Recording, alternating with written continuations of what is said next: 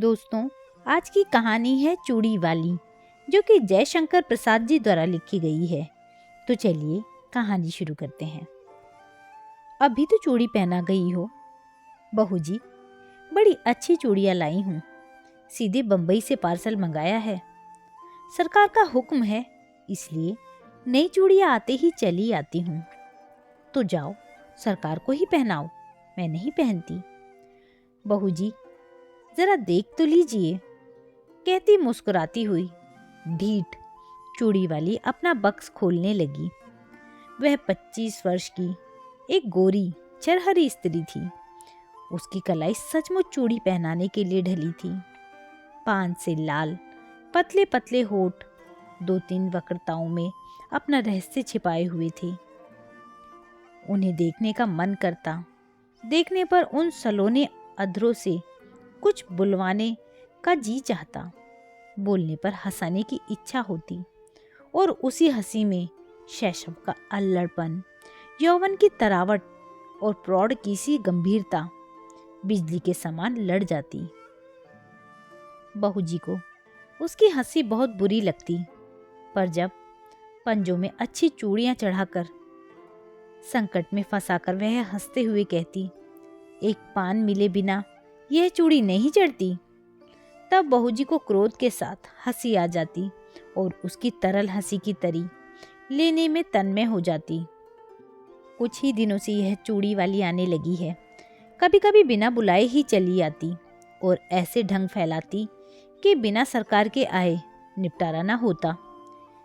यह बहू जी को असह्य हो जाता।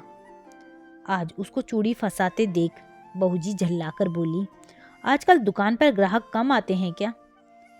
बहू जी, आजकल खरीदने की धुन में हूँ, बेचती कम।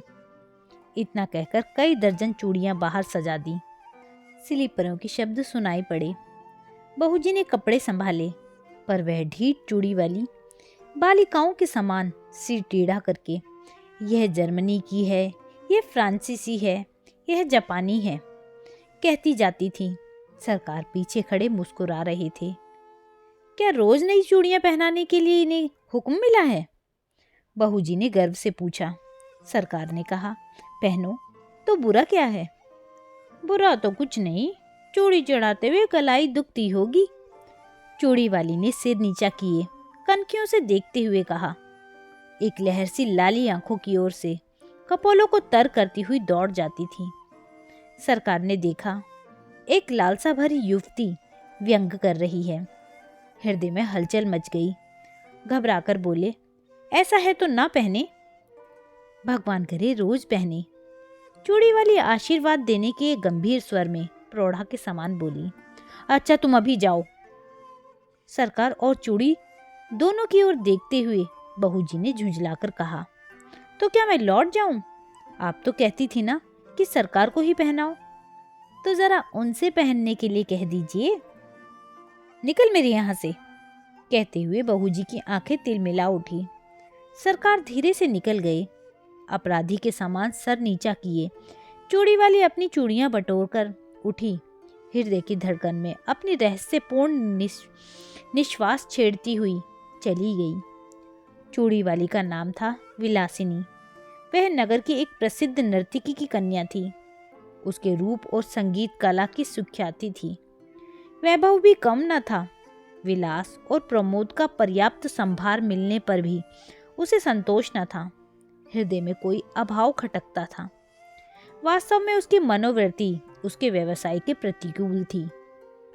कुलवधू बनने की अभिलाषा हृदय में और दाम्पत्य सुख का स्वर्गीय स्वप्न उसकी आंखों में समाया था। स्वच्छंद प्रणय का व्यापार अरुचिकर हो गया, परंतु समाज उससे हीन पशु के समान संचक था। उससे आश्रय मिलना असंभव जानकर विलासिनी ने छल के द्वारा वही सुख लेना चाहा। यह उसकी सरल आवश्यकता थी, क्योंकि अपने व्यवसाय में उसका प्रेम क्रय करने के लिए बहुत से लोग आते थे, पर विलासिनी अपना हृदय खोलकर किसी से प्रेम न कर सकी थी। उन्हीं दिनों सरकार के रूप, यौवन और चारित्र्य ने उसे प्रलोभन दिया। नगर के समीप बाबू विजय कृष्ण की अपनी जमींदारी में बड़ी सुंदर अट्टालिका थी, वहीं रहते थे। उनके अनुचर और प्रजा उन्हें सरकार कहकर पुकारती थी।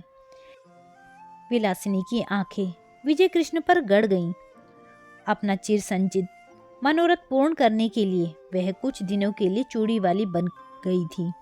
सरकार चूड़ी वाली को जानते हुए भी अनजान बने रहे। अमीरी का एक कौतुक था, एक खिलवाड़ समझकर उसके आने जाने में बाधा न देते। विलासिनी के कलापूर्ण सौंदर्य ने जो कुछ प्रभाव उनके मन पर डाला था, उसके लिए उनके सुरुचिपूर्ण मन में अच्छा बहाना खोज लिया था। वे सोचते, बहू जी का कुलवधु जनोचित सौंदर्य और वैभव की मर्यादा देखकर चूड़ी वाली स्वयं पराजय स्वीकार कर लेगी और अपना निष्फल प्रयत्न छोड़ देगी। तब तक यह एक अच्छा मनोविनोद चल रहा था। चूड़ी वाली अपने कौतूहलपूर्ण कौशल में सफल न हो सकी थी, परंतु बहू जी के आज के दुर्व्यवहार ने प्रतिक्रिया उत्पन्न कर दी और चोट खाकर उसने सरकार को घायल कर दिया। अब सरकार प्रकाश्य रूप से उसके यहाँ जाने लगे। विलास रजनी का प्रभात भी चूड़ी वाली के उपवन में कटता। कुल मर्यादा, लोक लाज और जमींदारी सब एक और चूड़ी वाली अकेले। दालान में कुर्सियों पर सरकार और चूड़ी वाली बैठकर रात्रि जागरण का खेद मिटा रहे थे। पास ही अनार का वृक्ष था, उसमें फूल खिले थे। एक बहुत ही छोटी काली चिड़िया उन फूलों में चोंच डालकर मकरंद पान करती और कुछ केसर खाती, फिर हृदय विमोहक कल नाद करती हुई उड़ जाती। सरकार बड़ी देर से कौतुक देख रहे थे। बोले, इसे पकड़कर पालतू बनाया जाए तो कैसा हो? यह फूल सुंदी है, पिंजरे में जी नहीं सकती। उसे फूलों का प्रदेश ही जिला सकता है, स्वर्ण पिंजर नहीं। उसे खाने के लिए फूलों की केसर का चारा और पीने के लिए मकरंद मदिरा कौन जुटाएगा? पर इसकी सुंदर बोली संगीत कला की चरम सीमा है। वीणा में भी कोई कोई मीण ऐसी निकलती होगी। इसे अवश्य पकड़ना चाहिए, जिसमें बाधा नहीं, बंधन नहीं, जिसका सौंदर्य स्वच्छंद है। उस असाधारण प्राकृतिक कला का मूल्य क्या बंधन है?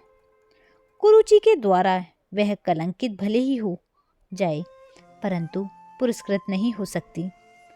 उसे आप पिंजरे में बंद करके पुरस्कार देंगे या दंड? कहते हुए उसने विजय की एक व्यंग भरी मुस्कान छोड़ी। सरकार की उस वन विहंगम को पकड़ने की लालसा बलवती हो उठी। उन्होंने कहा, जाने भी दो, वह अच्छी कला नहीं जानती। प्रसंग बदल गया। नृत्य का साधारण विनोदपूर्ण क्रम चला। चूड़ी वाली अपने अभ्यास के अनुसार समझती कि यदि बहूजी की अपार प्रणय संपत्ति में से कुछ अंश मैं भी लेती तो हानि क्या, परंतु बहूजी को अपने प्रणय के एकाधिपत्य पर पूर्ण विश्वास था। वह निष्क्रिय प्रतिरोध करने लगी। राजयक्ष्मा के भयानक आक्रमण से वह घुलने लगी और सरकार वन विहंगिनी विलासिनी को स्वायत्त करने में दत्तचित हुए। रोगी की शुश्रूषा और सेवा में कोई कमी न थी, परंतु एक बड़े मुकदमे में सरकार का उधर सर स्वायत्त हुआ। इधर बहूजी चल बसी। चूड़ी वाली ने समझा कि उसकी पूर्ण विजय हुई, पर बात कुछ दूसरी थी। विजय कृष्ण का वह एक विनोद था। जब सब कुछ चला गया तब विनोद लेकर क्या होगा? एक दिन चूड़ी वाली ने छुट्टी मांगी। उसने कहा, कमी किस बात की है, मैं तुम्हारी ही हूँ और अब सब विभव भी तुम्हारा है। विजय कृष्ण ने कहा, मैं वेश्या की दी हुई जीविका से पेट पालने में असमर्थ हूँ। चूड़ी वाली बिलखने लगी। विनय किया, रोई, गिड़गिड़ाई, पर विजय कृष्ण चले ही गए। वह सोचने लगी कि अपना व्यवसाय और विजय की गृहस्थी बिगाड़कर जो सुख खरीदा था उसका कोई मूल्य नहीं। मैं कुलवधू होने के उपयुक्त नहीं। क्या समाज के पास इसका कोई प्रतिकार नहीं? इतनी तपस्या और इतना स्वार्थ त्याग व्यर्थ है। परंतु विलासिनी यह न जानती थी कि स्त्री और पुरुष संबंधित समस्त अंतिम निर्णय करने में समाज कितना ही उदार क्यों न हो, दोनों पक्षों को सर्वथा संतुष्ट नहीं कर सका और न कर सकने की आशा है। यह रहस्य सृष्टि को उलझा रखने की कुंजी है। विलासिनी ने बहुत सोच समझकर अपनी जीवनचर्या बदल डाली। सरकार से मिली हुई जो कुछ संपत्ति थी उसे बेचकर पास ही के एक गांव में खेती करने के लिए भूमि लेकर आदर्श हिंदू गृहस्थ किसी तपस्या करने में अपना बिखरा हुआ मन उसने लगा दिया। उसके कच्चे मकान के पास एक विशाल वट वृक्ष और निर्मल जल का सरोवर था। वहीं बैठकर चूड़ी वाली ने पथिकों की सेवा करने का संकल्प लिया।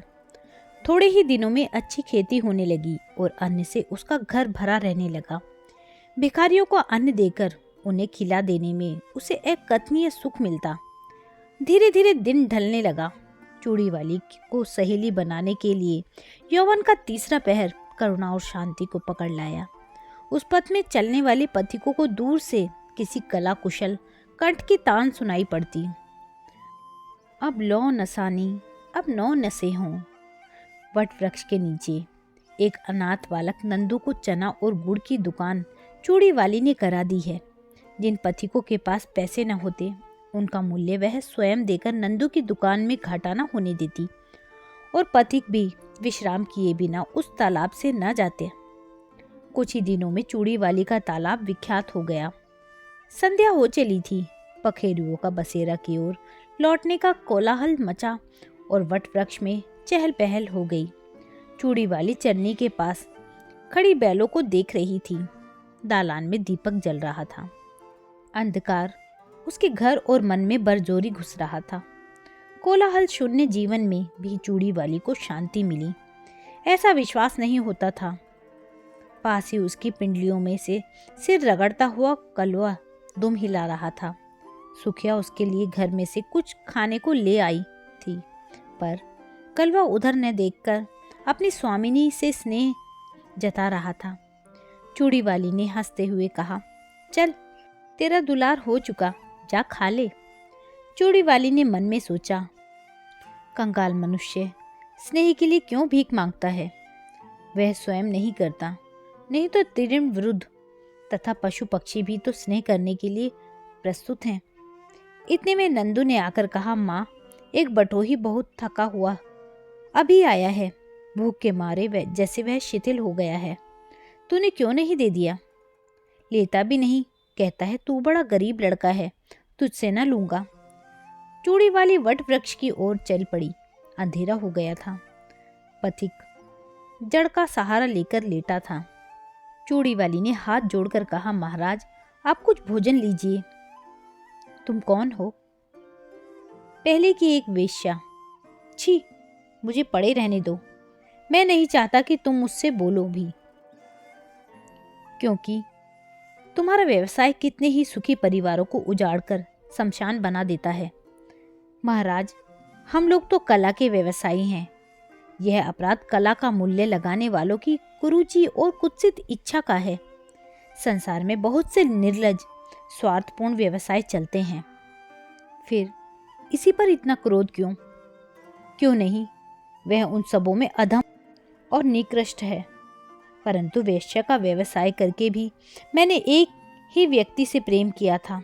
मैं और धर्म नहीं जानती, पर अपने सरकार से जो कुछ मुझे मिला उसे मैं लोक सेवा में लगाती हूँ। मेरे तालाब पर कोई भूखा नहीं रहने पाता। मेरी जीविका चाहे जो रही हो, मेरे अतिथि धर्म में बाधा न दीजिए। पथिक एक बार ही उठकर बैठ गया और आँख गड़ाकर अंधेरे में देखने लगा। सहसा बोल उठा, चूड़ी वाली। कौन? सरकार? हाँ, तुमने शौक हर लिया। मेरे अपराधजनक तमाम त्याग में पुण्य का भी भाग था, यह मैं नहीं जानता। सरकार, मैंने गृहस्थ कुलवधू होने के लिए तक कठोर तपस्या की है। इन 4 वर्षों में मुझे विश्वास हो गया कि कुलवधू होने में जो महत्व है वह सेवा का है, न कि विलास का। सेवा ही नहीं चूड़ी वाली, उसमें विलास का अनंत यौवन है, क्योंकि केवल स्त्री पुरुष के शारीरिक बंधन में वह पर्यवसित नहीं है। बाह्य साधनों के विकृत हो जाने तक ही उसकी सीमा नहीं। गृहस्थ जीवन उसके लिए प्रचुर उपकरण प्रस्तुत करता है। इसलिए वह प्रेय भी है और श्रेय भी है। मुझे विश्वास है कि तुम अब सफल हो जाओगी। मेरी सफलता आपकी कृपा पर है। विश्वास है कि आप इतने निर्दय न होंगे। कहते कहते चूड़ी वाली ने सरकार के पैर पकड़ लिए और सरकार ने चूड़ी वाली के हाथ